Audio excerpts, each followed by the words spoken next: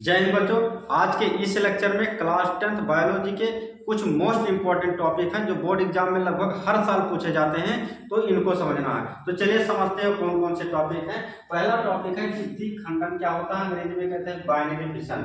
Binary fission के बारे में, बहुखंडन क्या होता है यानी मल्टीप्लिकेशन क्या होता है, और पुनरुद्भवन, ये बोर्ड एग्जाम में लगभग हर साल पूछे जाते हैं और बहुत इंपॉर्टेंट टॉपिक है। इस पर टिप्पणी लिखने के लिए पूछ लेता है, तो आप इसको एकदम से तैयार करके जाइएगा।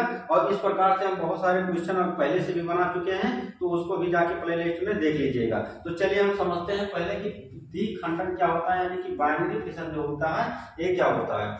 ये बाइनरी फिशन में होता है, इस प्रक्रिया में जनक कोशिका जो होती है दो समान आकार के पुत्री कोशिका में विभाजित हो जाती है, और इसी प्रक्रिया को हम कहते हैं द्विखंडन या बाइनरी फिशन के नाम से जानते हैं। चलिए एक डायग्राम के माध्यम से समझते हैं। ये अमीबा का एक डायग्राम है। जैसे अमीबा है, तो अमीबा जो होता है इसकी बॉडी बीच से क्या होती है, थोड़ा सा पिचक जाती है। जैसे यहाँ पे दिख रहा है कि दो भागों में लगभग बट रही है, तो बीच में पिचक गई है, और अगले स्टेप में क्या होगी, ये दोनों भाग जो होंगे अलग अलग हो जाएंगे। जैसे यहाँ पे दिख रहा है, इस प्रकार से दो जीव का निर्माण हो जाएगा। एक जीव से दो जीव का निर्माण हो गया।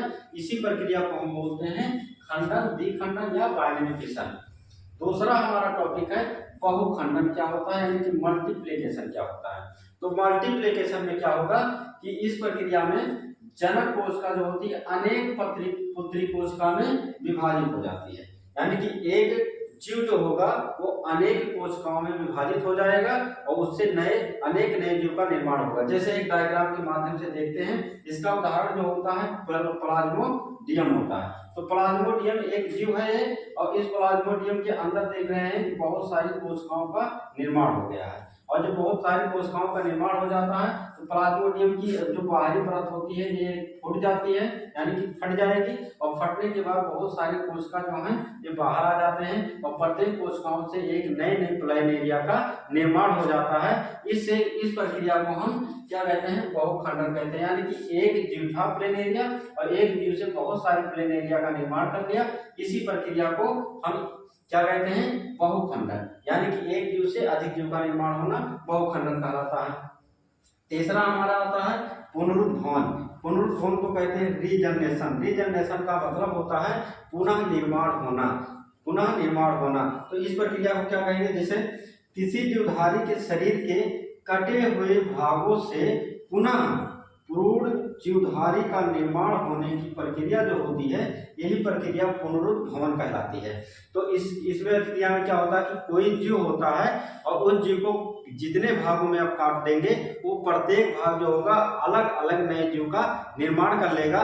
इस प्रक्रिया को हम पुनरुद्भवन कहेंगे। और पुनरुद्भवन का सबसे बढ़िया उदाहरण है प्लेनेरिया।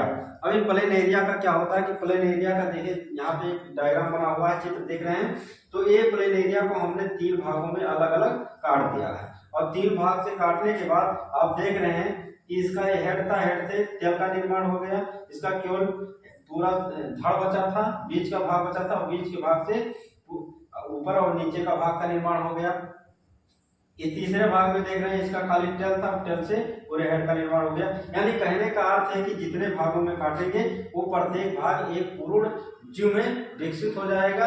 इसी प्रक्रिया को हम कहेंगे पुनरुद्भवन या रीजनरेशन के नाम से जानते हैं। तो इस प्रकार के बहुत सारे जो इंपॉर्टेंट क्वेश्चन बोर्ड एग्जाम में पूछे जाते हैं, हमने बहुत सारे वीडियो बना के प्लेलिस्ट में डाला हुआ है। आप वहां से जाके अपनी बोर्ड एग्जाम की अच्छे से तैयारी कर सकते हैं, और चैनल को सब्सक्राइब कर लीजिए ताकि जो मोस्ट इंपॉर्टेंट टॉपिक हम बना रहे हैं उस प्लेलिस्ट में आपको पहले मिल सके। Thank you for watching video.